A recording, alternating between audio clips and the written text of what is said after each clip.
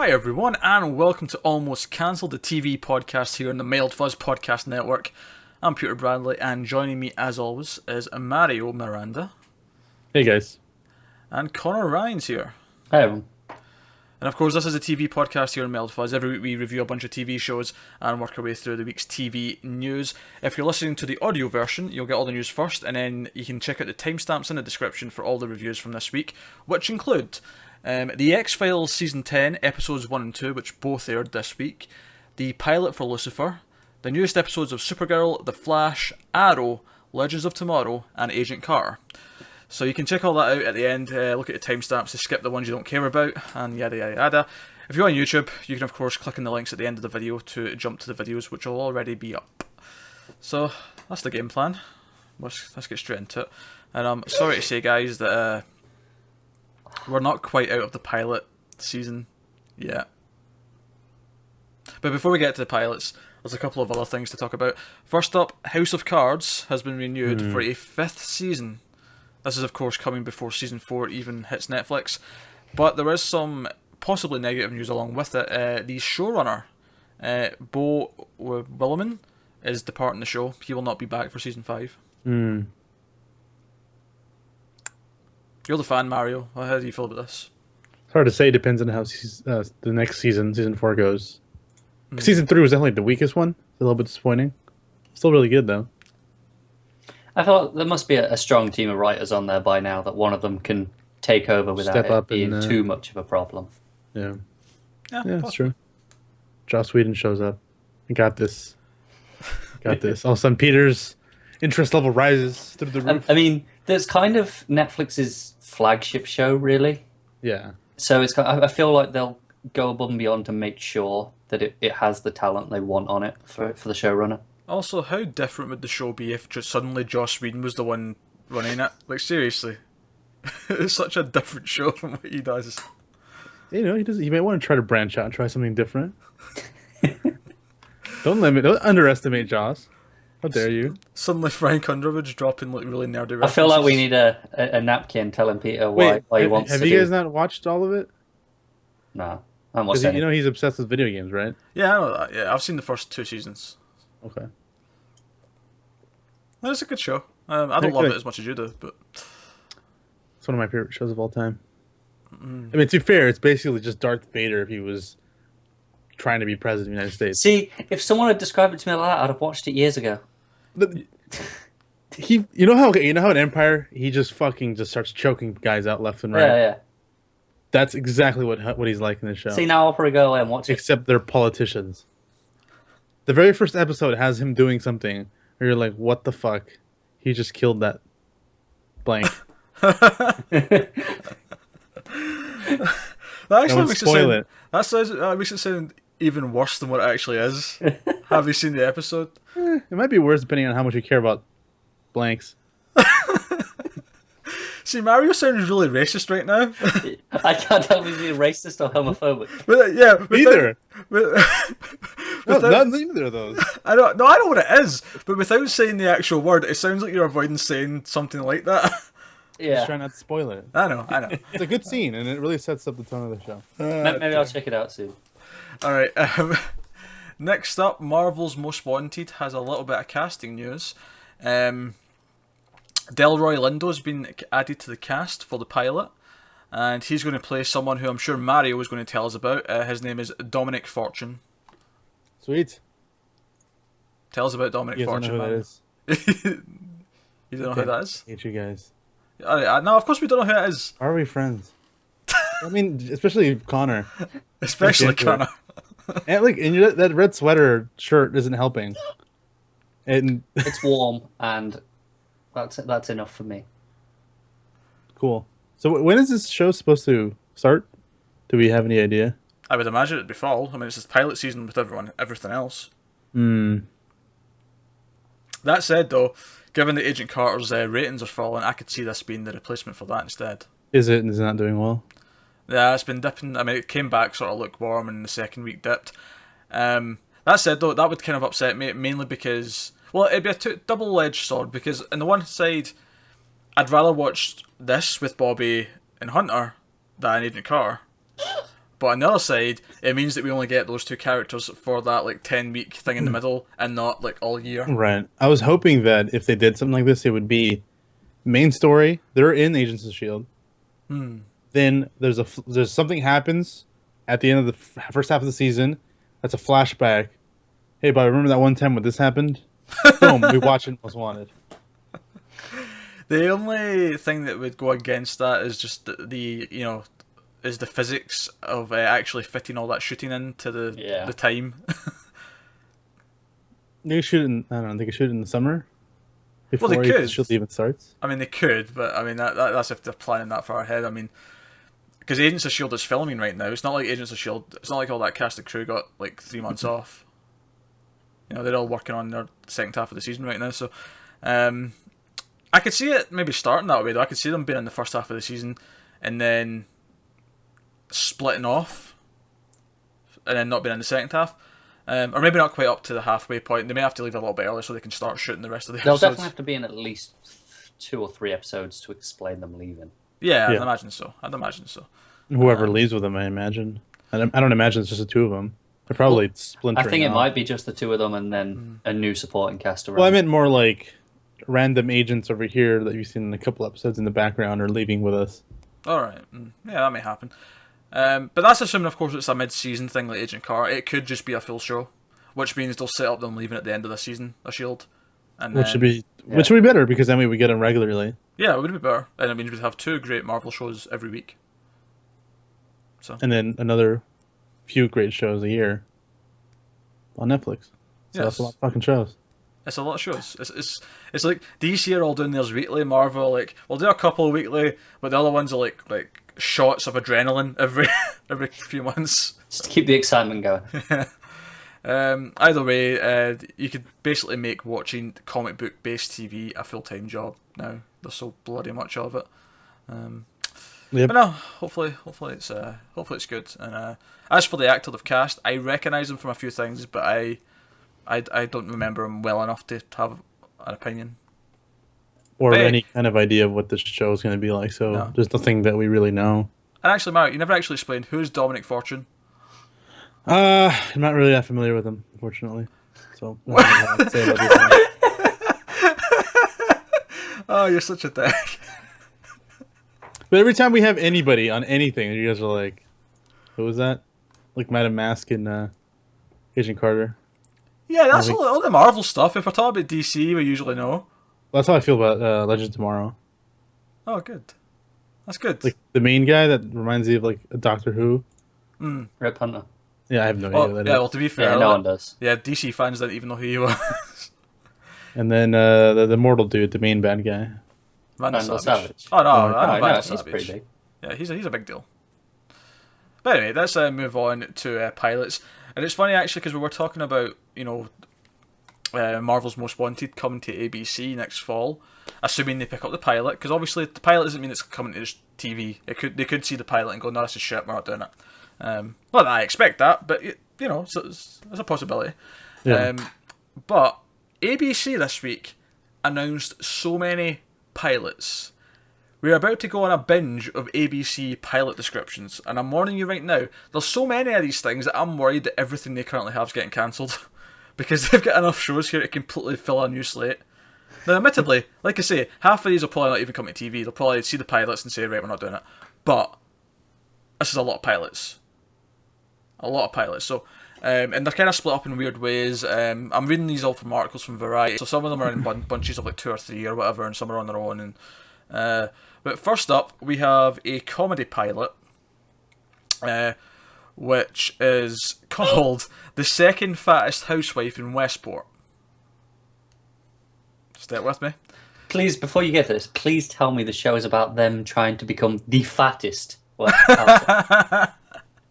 Is there a comma missing? Is it comma your mom? No, this is from writer Sarah Dunn and executive producer Aaron Kaplan. And basically, from what it sounds like, it says that the main character is slightly larger than everyone else who's all skinny, right? So it's not like it's not like everyone's fat and then like there's the really fat one and then the second fattest one. They're all really slim and then there's one person who's slightly like fuller, or I'll even go as far to say normal shaped. Fuller. You know what I mean? We're not talking fat. We're talking. This is the whole. I think the whole point of the show is that it's mocking this idea that everyone has to be so slim. Alright, it's narrated by Katie, who is a strong-willed mother who is raising her flawed family in a wealthy town filled with perfect wives and their perfect offspring. Sounds a bit Desperate Housewives-ish, just a bit more richer. But I mean, I don't know. The title's something to. I'm remember. kind of disappointed she's not super fat now, though. Tell her that would have been way more entertaining. Oh dear. Okay, next up we've got another comedy pilot. It's called Dream Team. It's written and executive produced by the guys behind Will and Grace. It centres around Marty Schumacher, who coached his last club soccer team for 10 years, ultimately taking them to the national championships. And I guess national championships in the US for soccer is like... Probably meaningless. Yeah, you win a cake, something. But now he has to start from scratch with a diverse group of 8-year-olds and their desperate parents.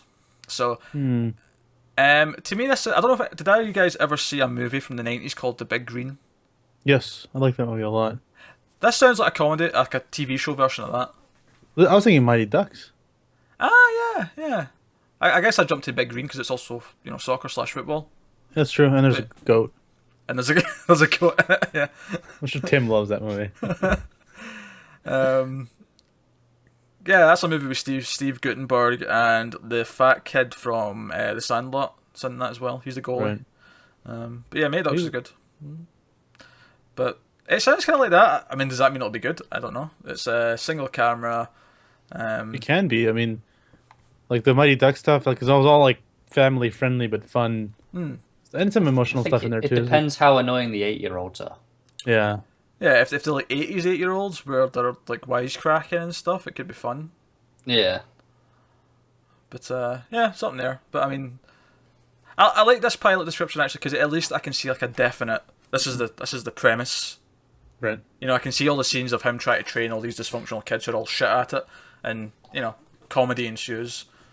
You know, I can see it working. And there's it would be single. There's gonna be the single mom who's really attractive. Yeah, He's trying to win over. Yeah. Usual, yeah. Yeah, that even It writes itself. That even happened in Kindergarten Cop. So, moving on, we have 2 more comedy pilots from ABC. We're still on ABC. We're there for a while. First up, we've got Chunk and Bean. That's Chunk and Bean, which is written and produced by Ed Harrow and Brian Donovan. Chunk from the Goonies and Mr. Bean. On some kind of weird adventures. I can only hope so. Have you seen the Goonies, Connor? No. We've decided that this is a litmus test. Oh dear. If you like if you have the Goonies, we're cool. If you don't like them, we're not ever speaking again. Yeah, so you're going to have to go watch the Goonies. If I put off watching it forever, you can never make that decision. But then Therefore, I I'm can in show the crap eternal out state of of you for limbo. not watching them. Yeah, but then that makes you the new John Blame. And for the dear I feel listeners... like I've been that for a while. But for the... No. That was worse. Yeah, if the listeners want to know, John Blame's a guy who used to be in our group on Facebook who had never seen the Goonies and refused to watch it, and we used to always make fun of him for it. And then he left. Said, I've never really felt the inclination to watch it. You should. No, it's a rite of really passage. Good. Yes, it's good. It's got pirates and ships. It has got the best Superman reference from the director of Superman ever. Yep. There's music in there too. There's a dude. There's a puzzle. I should hope so. Then, there's a puzzle where it involves solving the puzzle, playing sheet music. Yeah, that's right. Music factors into the puzzles and the Underground Crave. It's like kids Indiana Jones with other stuff. Just I'm sure I'll watch it eventually. And what's his name? Guy playing Thanos. Josh Brolin's older brother, yeah. Josh Brolin. Yeah, he's in there. And Cypher from The Matrix is one of the bad guys. Joey Pantalino? I think I've said his name right. Most people just call him Joey Pants, so that's what I call him, but I thought I'll try and say his proper name. I like how this just turned into the Goonies cast. Yeah. Well, it's because the Goonies is great. But anyway, I was getting to the description of Chunkin Bean here, which centres on the unlikely friendship of two misfits. Oh, that still could be Mr. Bean and Chunk. Chunky Bean, who benefit from having two very different sets of parents living next door to each other. The single camera comedy is executive produced by Dave Hemmingson. I don't know who that is. But hey. And then next up, Square Roots is written and exec produced by Blackish and the middle producer Vijal Patel. And it focuses on a man and a family of logic-driven engineers who is determined to use his gift to help the people he loves with everyday issues, whether they like it or not. It sounds like could be the Black Big Bang Theory. Possibly. Although he's already made a show called Blackish, I'm assuming... Well, no, but then you talk about nerds. True. Specifically, talking about engineering and whatnot. Oh yeah, I guess. Oh yeah, but you're an engineer, you're not. Yeah, but Sorry, have you listened to my description of some of the guys I work with? You never mentioned they were black! No, I'm just saying that they're different. Anyway. I don't even know where you're going with You this. might actually have to explain that because now it just sounds like they're different because they're black. Yeah, I don't understand what you mean. This is like an American thing I just don't get. What's going on? No, I thought you meant that they were, that you weren't weird. Like obviously, because the Big Bang Theory's premise is around how they're awkward and weird because they're nerds. Yeah. Yeah, that's all I was saying. Right. So, but you said this would be like that for black people. I don't understand why it's for black people. Nothing in the description said black people. You said Blackish. I was just thinking, is there going to be something like the Blackish, where it's As an example of something else the same guy did. I'm pretty sure Vijal Patel is not black. I'm fairly positive. I'm willing to stake some money on it right now. Mr. Patel, I'm pretty sure, is of Asian descent. Don't underestimate him. You don't know him. Although, of course, now that I've said that, he's going to show up and be like a really tall, white, ginger guy, isn't he? Just to throw us Connor's all cousin. Or just like a woman. off. Oh, God. That'd be really funny. Yeah, I do Vijal, if you're a woman, I do apologise. Especially But, with Connor Ginger. I mean, that's the worst part you said today. Right. I wouldn't wish that curse on anyone. Yeah, so Square Roots, it's... to me, it sounds like it's going to be a regular family comedy, but it's full of engineers, so there's going to be a lot of jokes about maths and, Square Right. Roots, obviously. I'm out then. You won't get half the jokes, Connor. They'll fly Go over right, my head, yeah. fly right over Barely your head. understands fucking calendars. Hey, I can do numbers just about. It's when you throw in dates and weeks and months, that's when it gets confusing. Hey, I'm quite good at that. Hey, Connor, name it. What are you talking about? You're talking about time zones. All you have to do is math. When you throw time, it's like, whoa, now this is time, not just numbers. Time is a very, You're talking very about- big high concept. A number minus another number equals another time zone. That's all it is. Connor, I'm going to show you how good I am with math, right? Give me a number. 12.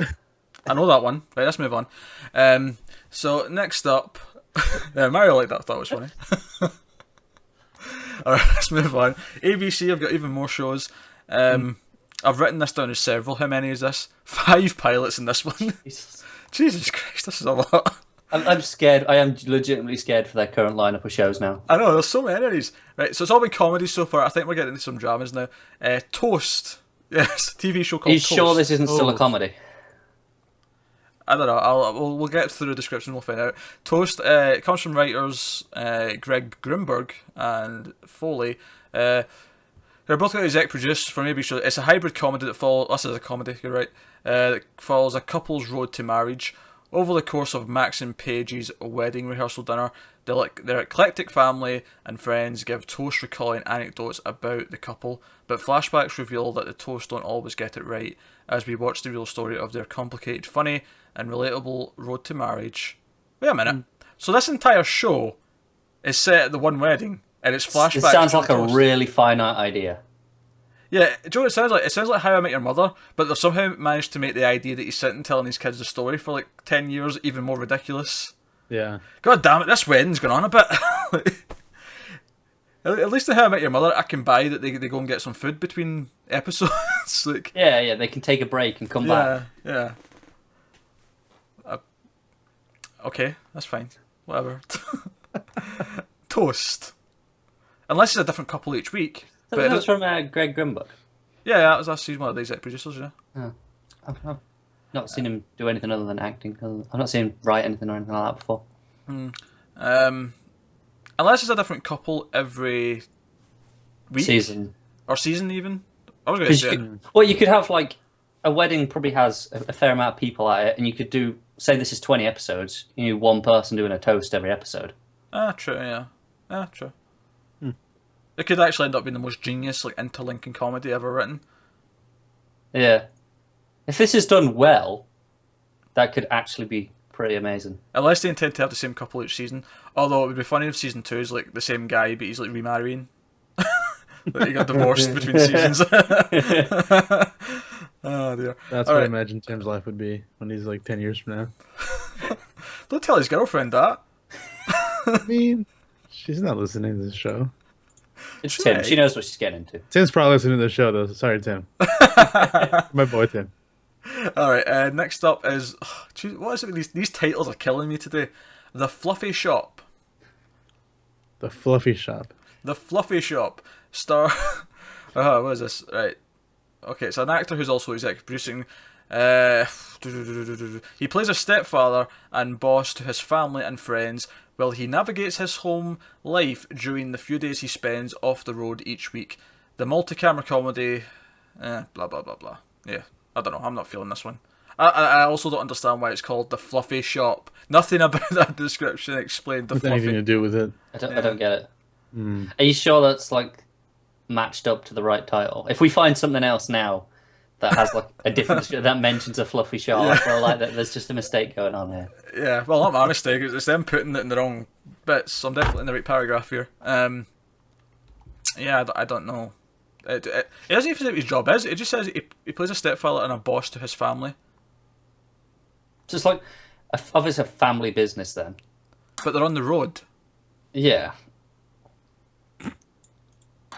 I feel like they really needed to say what this guy's job was, because it's really not making sense to me. Did they watch Breaking Bad and now they all cook meth together in a roving meth lab? Oh dear. Right, next up, Hail Mary. And I believe this is still comedies we're on. Hail Mary is about a young small-town mayor named Mary Wolfe. Oh, that's a name. Mary Wolfe. Mary. Mayor Wolfe. You can now see Mayor Wolfe.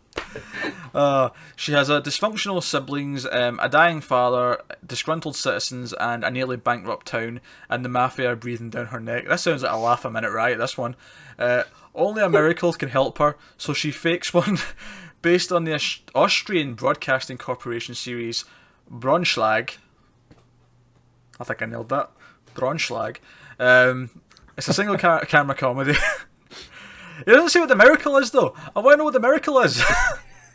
These descriptions, they keep... this is what they're doing. They're trying to make me to watch it. The thing is, they haven't decided what the miracle is yet. They're like, we'll think of one. We'll get it. True. They're That's making true. it up like she is.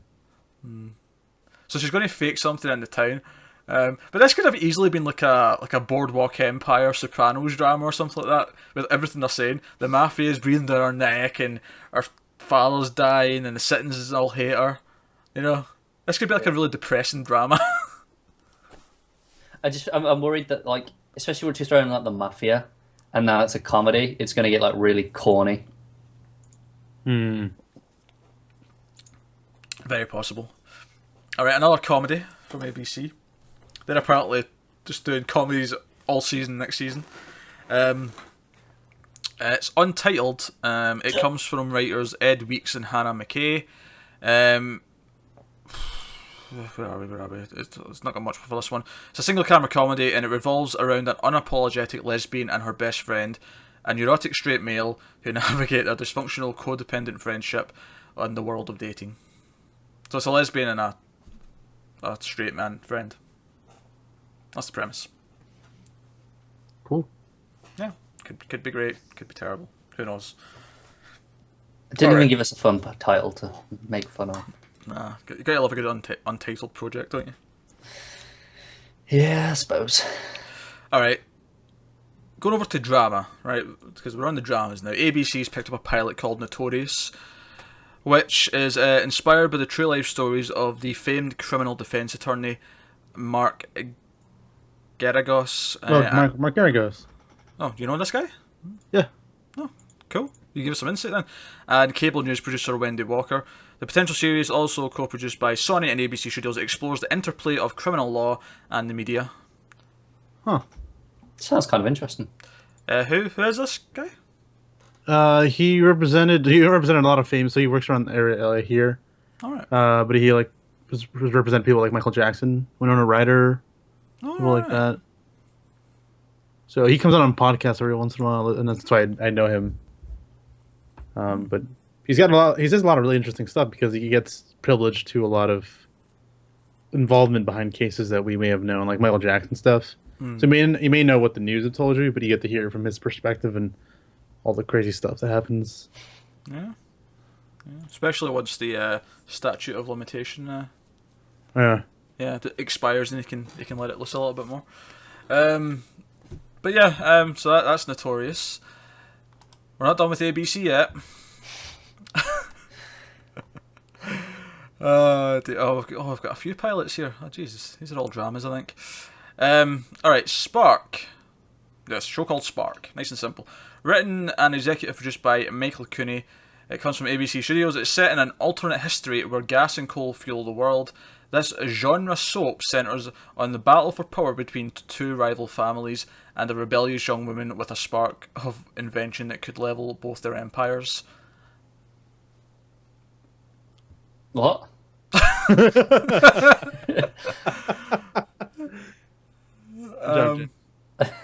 Here's my question. Didn't gas and coal kind of fuel the world anyway for a long time? Yeah, the Industrial Revolution. I mean, that was a big thing. Yeah. So that is there's two families that control all the gas and coal. Probably one controls the gas, one controls the coal, and then this new woman, I presume, is going to invent. So imagine it's the same idea of what happened in real life, except extending it closer to the modern world. I guess, yeah. And then Because we had like in here in the U.S., we had people that controlled like all the steel or control all the railroad, and because of that, there was a lot of big problems because they had a monopoly, and that's where all these laws started introduced about you couldn't just own an entire fucking economy. Those are all things that actually had happened. So it just sounds like they're making alternate history to be able to bring it closer to the modern world. Did maybe make it steampunk? Oh, steampunk would be cool. That would make me far more interested in it. That would definitely make me more interested. I wonder what the new invention is though. Is it going to be something real like solar power, or is she going to just jump ahead and be like, "Oh, I've cracked nuclear fusion. Oh, I've got Mr. Fusion from Back to the Future. Look, get your banana peel." Ah! You've seen Back to the Future. You know about Mr. Fusion. Yeah, no, I know what you're talking about. Good. All right, next up, we have an untitled show, but it's produced by Reese Witherspoon and I love this name, Bruna Papandrea. That's a fun name. They're executive producing the untitled show, and it's about a ruthless Dallas divorce attorney's life as it begins to unravel when her emotionally damaged, love-addicted sister resurfaces, triggering the self-destructive tendencies and exposing a long-hidden family secret. Cool. That's a bit generic. It does sound a bit generic. But then I suppose a lot of good TV shows can be described extremely generically. All right. It's true. This next one sounds a bit more interesting. It's called The Death of Eva Sofia Valdez. It is described as Macbeth with a Cuban twist. Oh, I'm in. It's written and executive produced by Charisse Castro Smith. I love how Cuban that name is, and then it's just Smith at the end. Yeah. It's produced by Agent Carter showrunners Fazekis and Butters via ABC Studios. It's about an immigrant who rose from rags to riches. Eva Sofia Valdez is a celebrated Miami entrepreneur and a champion for immigrant rights, but her success is fueled by an unsatiable ambition that could destroy her family, a vendetta against her lover who betrayed her, and ghosts from the past who threaten to reveal the dark sacrifices Eva Sofia made to attain the American dream. does sound actually pretty damn Macbeth. Yeah. And I'm okay with that. I really like Macbeth. And you really like Cubans? I'm impartial. They You don't sounded make pretty all excited when you said you were in. I don't know. I'm just excited for any twists on Macbeth because it's my favorite Shakespeare, and I really like that story, and I really like seeing different twists on it. So, all right. And next up we have Time After Time, which is from Kevin Williamson, who you might know as the writer of the Scream movies. He also created Dawson's Creek, so he's got a bit of a history. But this is coming from Warner Bros. Unsurprisingly. The project is based on a novel called Time After Time, written by Carl Alexander, and uses the story as its starting point. It chronicles the epic adventures of a young H.G. Wells and his time machine.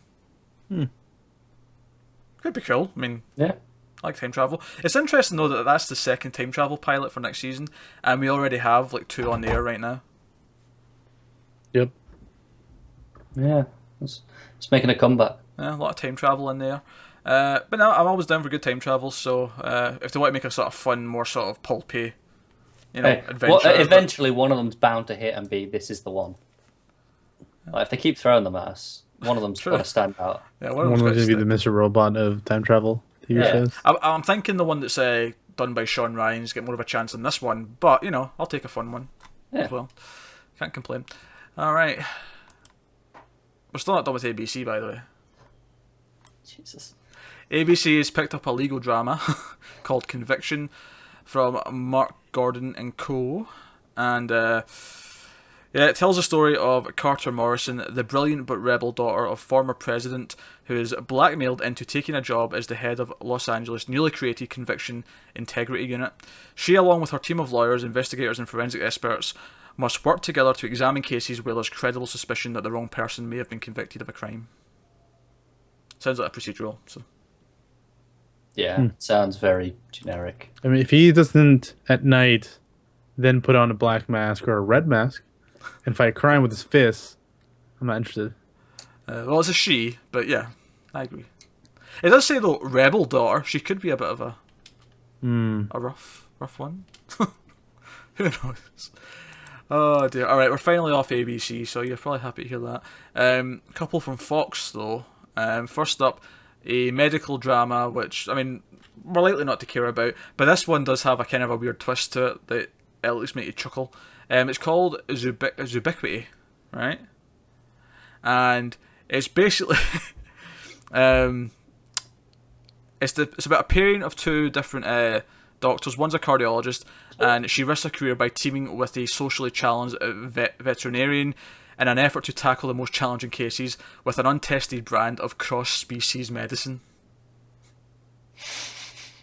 I kind of want to watch the pilot just to see what the hell that is.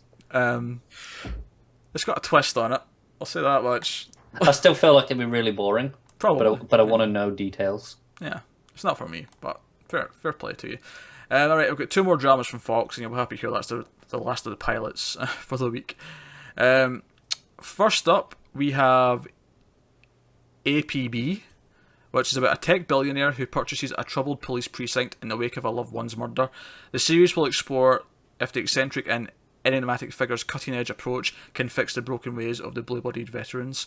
So it sounds kind of like if Bruce Wayne was older when his parents get shot, and then instead of becoming Batman, bought the police to run it. How does one buy a police? With lots and lots of bribes. I don't know.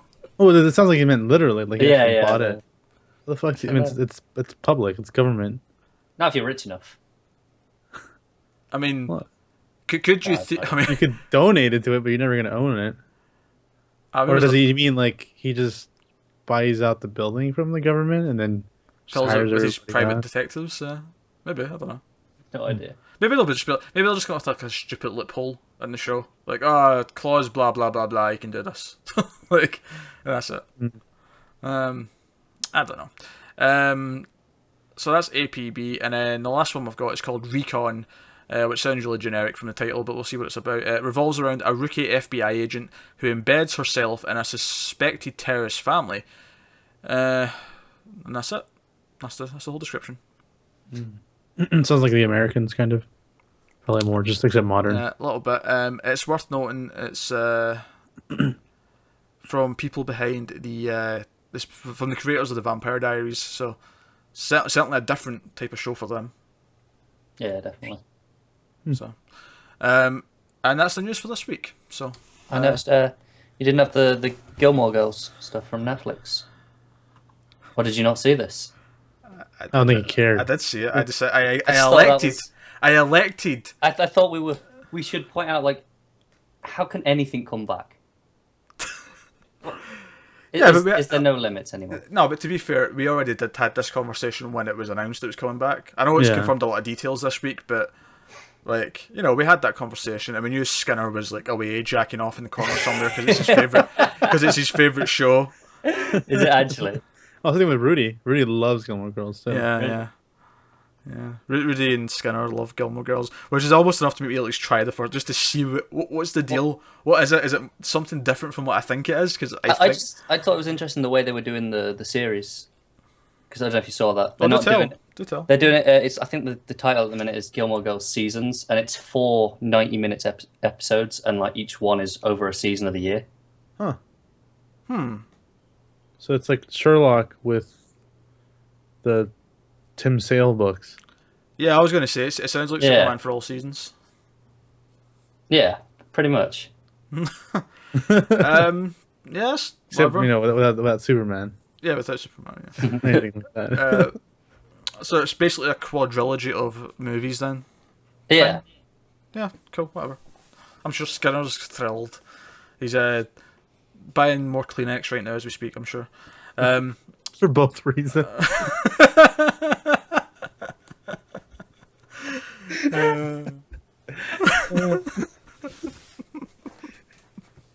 From my understanding, it's a very emotional show. Yes, I'm sure. I believe it is. Yes, there's a lot of crying that goes on. Well, that's what I meant, Mario. I don't know what your dirty mind took that joke. You said he's jacking up in the corner like 3 times.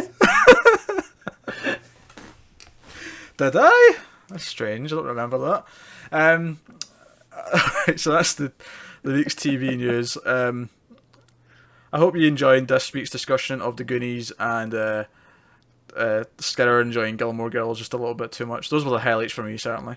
I wonder if next week we'll still have a slate of pilots to talk about. Surely none of them can have any left. This has been like the 3rd or 4th week in a row we've just had like 10 pilots to talk about. So, hopefully that's it. Then we can go back to just regular boring news that takes like 10 minutes. So, alright, so so if you're on YouTube, click on the links in a second for all the reviews from this week. If you're on the audio version, they're about to start right now. Check the timestamps, and here's the reviews for this week.